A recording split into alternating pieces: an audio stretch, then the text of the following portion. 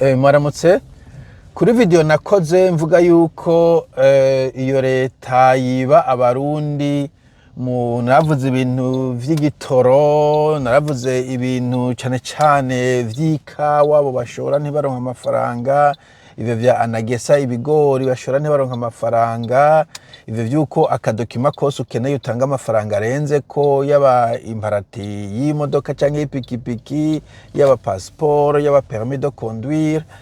Ndavuga nti ubwo n'ubusuma mu bisanzwe n'ubusuma. Nabacavuga ngo no hanze ngo barabiba ngo mu matagisi ngo amabirizi n'ivyo bita amafacture. Bo ndavuga mu vy'ukuri ego amatagisi hanze arahari. Bonaga ngo ararenze mugabo arahari. Amabirizi nawe nyene arahari kandi benshi arabatesha umutwe kuko ugira uko umuriro urageze kwishura, amazi arageze kwishura, assurance irageze kwishura, etc. Ivyo n'ukuri birahari ntawo bideha. Ariko nagomba kwanza tubitandukanye. Muri ivyo ico leta ijyamwo n'amakori gusa, okay? Amakori niyo aja kuri leta, ibindi n'amakampani ari prive yigenga acuruza amazi, acuruza umuriro, acuruza igitoro, acuruza ibigori, acuruza ikawa, acuruza n'importe quoi, atangurisha assurance. No kuvuga ayo mabire yose uri kurariha ikintu wakonsomye wakoresheje ugiha umuprive ntabwo ugiha leta. Bo hariho amakori ya leta kubari muri America property taxes, mu bindi bihugu washe gusanga hari ayandi mafaranga aja muri council bayita ngo ni rates, ego nayo nyene na leta yatwara ayo arahari ku bantu bafise amazu yiwabo. Mugabo encore ni fuanda aja kwigaruka ko nashatwa dutandukanye ivyo leta itwara n'ibindi uri kurariya wowe ivyo wakoresheje. Uvuze nkeneye gukoresha umuriro, nta biri y'umuriro uzoronka. Uvuze je nta mazi nkeneye mu nzu, nta biri y'amazi uzoronka. Genda uzimye amatara byose uzura cyane buji, uzura vuja kuvoma ku marobine publique, nta mabiri menshi uzoronka ico gihe.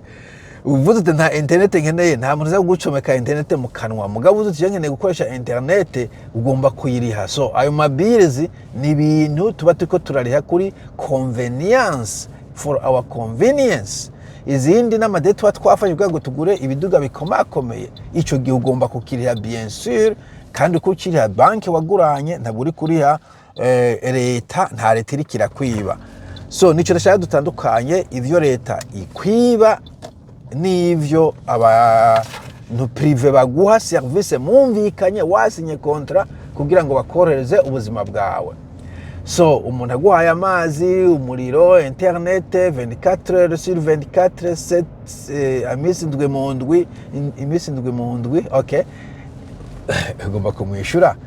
Bo tugaruka ku makori, kumbure naho noca mvuga amakori mu by'ukuri n'ama rates, amakori donc amatax, ni nk'amatax umuntu akora nk'akaroro cyangwa akora business kunguka, nayo maba leta bafise amazu.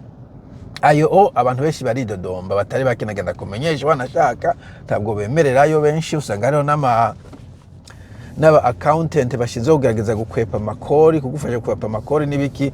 Mugabo cyo ndagenda kubwire ayo makori omwe turabona ikintu yakoze. Nta barabara na rimwe mu gihugu ritari pave. Sinzi undi muntu naweretse ahantu uvuga nti Afrika karabaye ashobora ngo none mwebwe ngo mushaka ngo n'abarama bato bayasiga ikaburimbi. Of course mu bindi bihugu n'abarama bato sizi ikaburimbi. Naricecekeye nawe cyo navuga okay, you don't understand, ndagutahura. Yes, n'abarama bato asize ikaburimbi.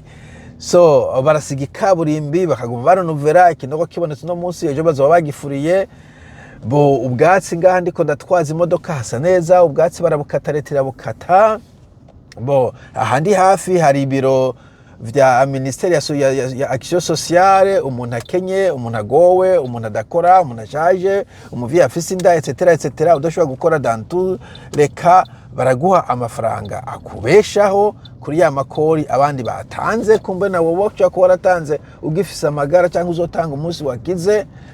Bo nkuko navuze nyene infrastructure si niyo y'amatara n'amazi, nubwo navuze ko mwari prive vyinshi leta ifitemo ukuboko.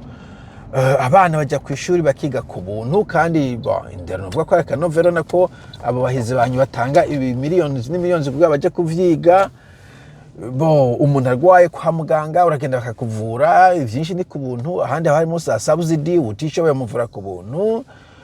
Ukeneye umudokiteri uno munsi ku mugoroba bajya kurenga wa mwabonanye. Come on, uriko urakompara ibintu bidakompareka.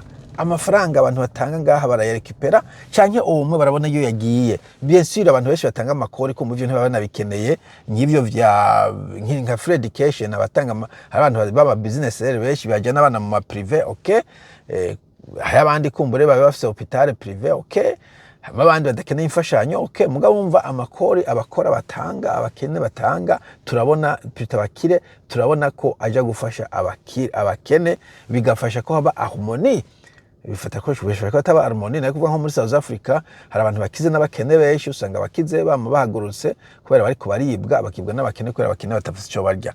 So ni muzoze murakompara ibintu byinshi, ego nivyo hanze amabires ni menshi, amafaranga ni menshi abantu batanga, mugabo amwamwe ni umurimo mwitumo nk'akaroro. Nta muntu umwe yambwiye ngo ntwaze imodoka, nubwo nako twa nta wambwiye ngo ntwaze imodoka nk'ina nisho kurondera imodoka ifise valeur iri nka un quart donge ikimwe ca kane, mfashe managuze inzu iyi modoka nkayagabura na kane, nakora imodoka itwara famille. Yes, nakora imodoka ntwara anyway. So numurimo mwitumo ufashe ikimodoka kinini kigukonsoma nta kundi. Ibindi ni convenience nyine tufise, ibindi nkuko nabivuze ivyo leta itoza barajya make, leta nayo zose zirajya, mugabo encore une fois au moins turashobora kubona bikeye mu vyo bakoze. Mugire umunsi mwiza.